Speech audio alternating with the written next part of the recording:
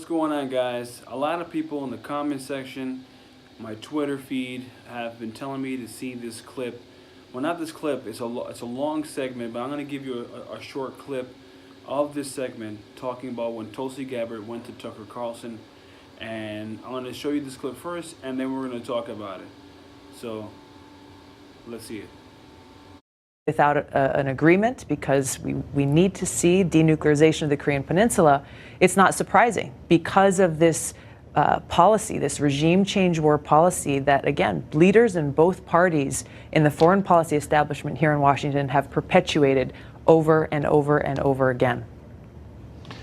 What's so interesting is that worldview, the regime change worldview, I mean, if it worked, at one time I thought it sounded like it made sense, but we've had almost 20 years of it, and it demonstrably hasn't worked. I mean, there's really kind of no debate about how badly it's gone. Why would people still support that? That's a great question. You know, it's if you look at the military-industrial complex that benefits off of these continued regime change wars, you look at those in Washington who's have invested their entire careers built on continuing to wage these wars, and the most unfortunate thing is they sell them under the guise of humanitarianism to the American people who want to be able to do good things, who want to be able to help people who are suffering, but not pointing out the fact and not facing the truth that in each of these different examples of regime change led by the United States, it has resulted in far more suffering for the people who they're supposedly trying to help.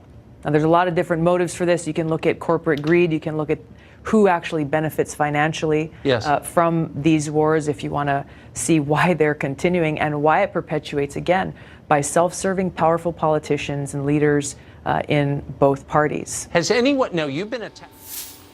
People don't realize, like after seeing that clip, people don't realize how, I did a video about how important she is in this race, but now she is going on cable TV. Now, if you didn't know, like I forgot what it is, 4 corporations own 90% of the news or the television or something like that.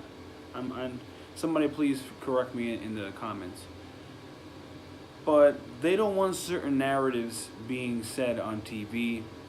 They don't want certain issues to be discussed.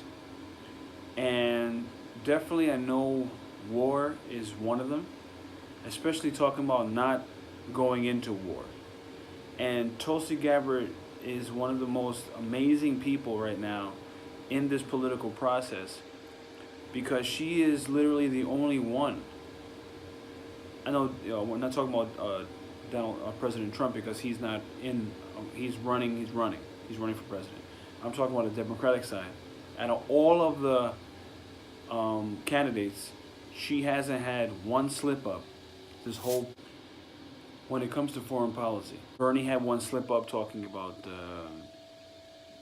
basically going with the regime change kind of type deal.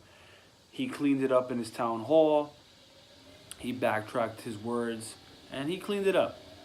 But Tulsi has been 100% anti-war, calling out the military-industrial complex, calling out warmongers on both sides. Like, just think about that for a second. She's not just calling out neocons. She's not just calling out, you know, the neo-libs.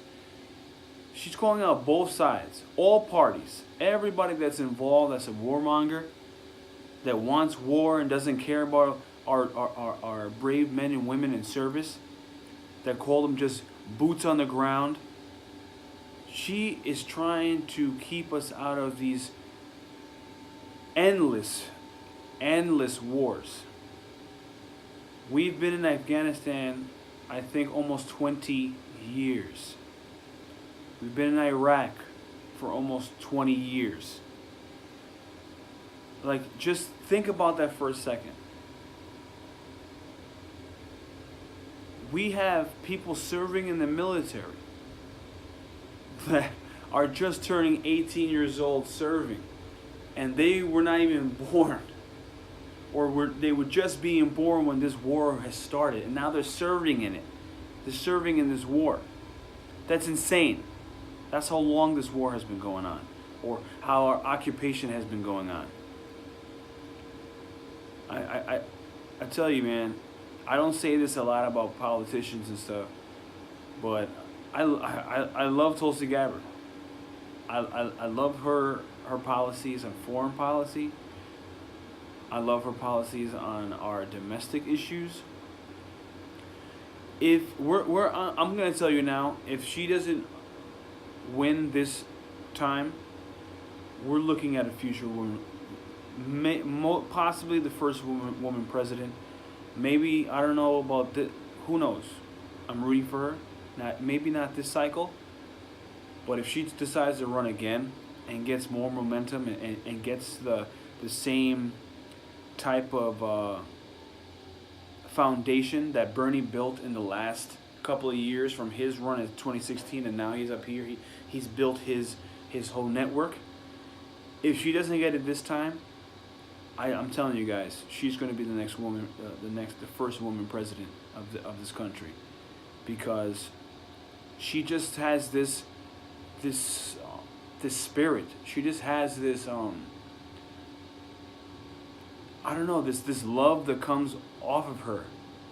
Like, she's so, to me, I'm just saying for myself because I'm the one talking about her. Everybody has their own feelings towards a particular person. But for myself, she is so genuine that she's not afraid to take on, I mean, the MIC has everybody. This is not some small thing to go after. She's going after a titan. And she's going after the whole establishment. Not just the right, but right and left. And we know the establishment left loves war, because they were flipping out when President Trump was talking about taking troops out. How can you do that? The Kurds! Oh. All of a sudden, everybody starts talking about the Kurds.